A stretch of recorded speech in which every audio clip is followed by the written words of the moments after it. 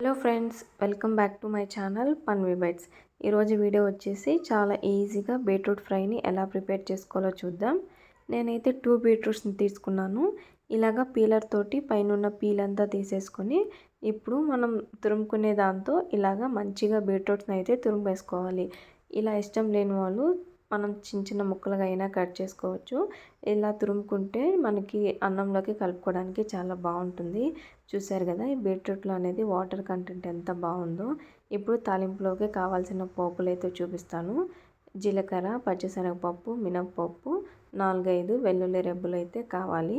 First అయితే మనం కడాయి పెట్టేసుకొని అందులోకి 2 టేబుల్ స్పూన్ల ఆయిల్ని యాడ్ చేసి కచ్చా పచ్చాగా దంచేసుకున్న వెల్లుల్లిని యాడ్ చేసి అందులోకి మనం ఇందాక చూపించిన పచ్చిశనగపప్పు, మినప్పప్పు, జీలకర్రను అయితే యాడ్ చేసుకోవాలి. ఇవి కొద్దిగా ఫ్రై అయిన తర్వాత ఇందులోకి మనం ముందుగా తురిమేసి పెట్టుకున్న బీట్రూట్ని అయితే మొత్తం ఈ ఆయిల్లోకి వేసుకొని ఒక 2 నుంచి 3 నిమిషాలు హై ఫ్లేమ్లో బాగా వేయించుకోవాలి. ఇలా వేగిన తర్వాత మనం ఫ్లేమ్ని మీడియంలో పెట్టేసి మరొక నిమిషం ఫ్రై చేసుకున్న తర్వాత ఇందులోకి మనం కొద్దిగా సాల్ట్ని అయితే యాడ్ చేస్తే కొంచెం తొందరగా అయితే వేగిపోతాయి. ఇవి కొంచెం వేగిన తర్వాత ఇందులోకి కొంచెం పసుపు, అలాగే కొద్దిగా కారాన్ని యాడ్ చేసుకొని ఇవి మొత్తం కూడా బాగా కలిసేంత వరకు ఒక 2 నిమిషాలు మంచిగా కలిపేసుకోవాలి. ఇప్పుడు దీన్ని కరెక్ట్గా ఒక 2 మినిట్స్ బాగా కుక్ చేసుకుంటే సరిపోతుంది.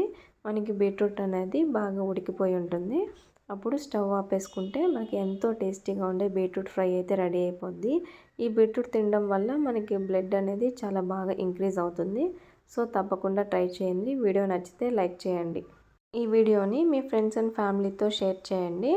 ఇంకా నా ఛానల్ని ఫస్ట్ టైం చూస్తున్నట్లయితే సబ్స్క్రైబ్ చేయడం మర్చిపోకండి. Thank you for watching. Bye.